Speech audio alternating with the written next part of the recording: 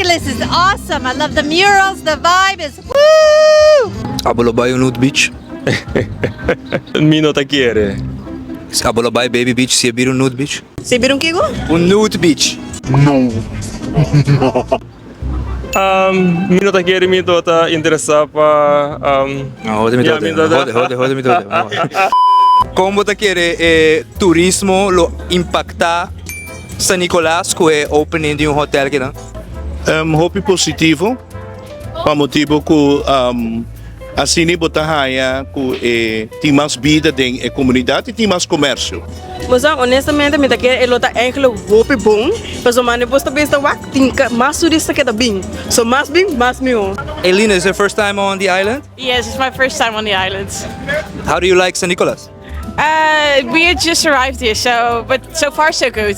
The art on the walls here, on the buildings, very fine. Excellent. Until now, it's pretty good. I just got here, so I haven't explored it, but it looks pretty good. Looks good. Looks like fun. If there was a hotel here, would you stay in San Nicolás? Oh, I'm here. I'm coming back. And you better have a hotel. I'm staying the night. Woo! Organizar mais evento na Sina. Tem algo para habiwak. Coisa cultural, promover San Nicolás, comida, cultura. Mais evento na Sina.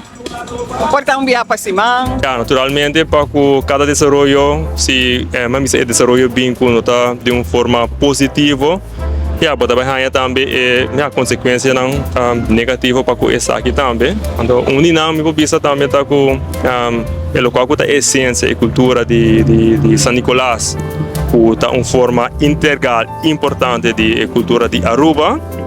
E que era também importante para de uma forma ou outra manter essa aqui.